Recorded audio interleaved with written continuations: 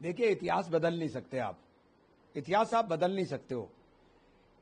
विभाजन के लिए जिम्मेदार जिन्ना, जिम्मेदार मुस्लिम लीग, जिम्मेदार आरएसएस, जिम्मेदार लाउड माउंटबेटन, ये लोग जिम्मेदार थे। मुस्लिम लीग का मतलब जिन्ना ही है। सबसे पहले दो राष्ट्र की जो थ्योरी दी थी वो सावरकर साहब ने बोली थी, गुरु गोलवालकर ने बोली थी। उसके बाद इन लोगों ने, मुस्लिम लीग ने बाकायदा 1936 के अंदर इसको रेजोल्यूशन बनाया और 1940 के लाहौर अधिवेशन में बाकायदा उन्होंने आर पार के लिए ऐलान कर दिया था।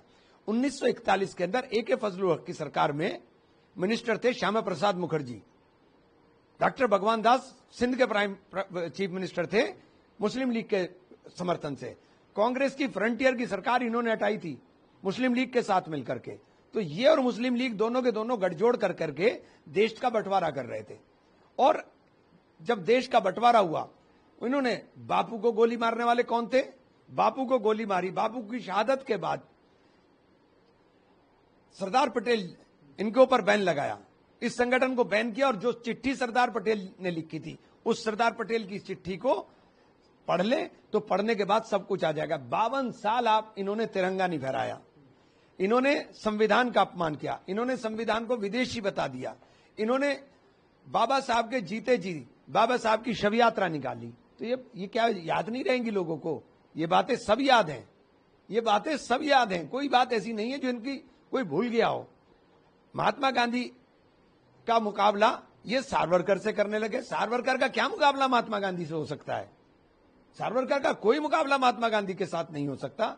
महात्मा गांधी ने जंग आजादी को देने का काम किया। मुल्क के अंदर आजादी का सांस अगर हम ले रहे हैं तो उसका कर्जमर्द महात्मा गांधी के लिए है, सावरकर के लिए नहीं। सावरकर ने तो माफिया मांग रखी है।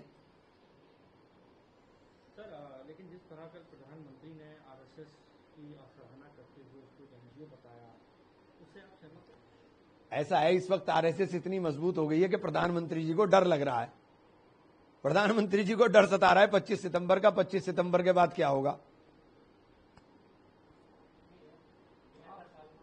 लेकिन कांग्रेस तो ये भी कह रही है कि मंच से इस तरह से उनको नहीं कहना चाहिए। बिल्कुल नहीं। देखिए, जिसका आजादी के उसके अंदर योगदान ही नहीं है, जिस संगठन का जंग आजादी में कोई योगदान ही नहीं है, कहीं इंजेक्शन से खून दिया हो तो बता दो, कहीं इंजेक्शन से भी खून दिया हो इन्होंने तो बता दो। हमारे तो आबा अजदाद सूलियों पर लटके हैं, हमने आजादी अपना खून दे के पाई है। इनका बता दीजिए कौन सा कोई एक इंजेक्शन से भी किसी ने खून दिया था? बिहार में एक यात्रा निकाली जा रही कांग्रेस की तरफ से, लोग चोरी को लेकर और कुछ चुनाव भी है, आपको लगता है? तो चुराई हुई सरकारें बन रही हैं। अब लड़ाई आर पार की है। देश के अंदर माहौल बन गया है, देश के अंदर माहौल बन गया है कि ये आप ज्यादा दिन नहीं कर पाओगे। आपने सारी संस्थाओं को बर्बाद कर दिया। अब आर पार की लड़ाई हो रही है, लोग देख रहे हैं, समझ रहे हैं, लोगों को समझ में आ रहा है कि किस तरह से आप चुरा चुरा करके वोट सरकारें बना रहे हो।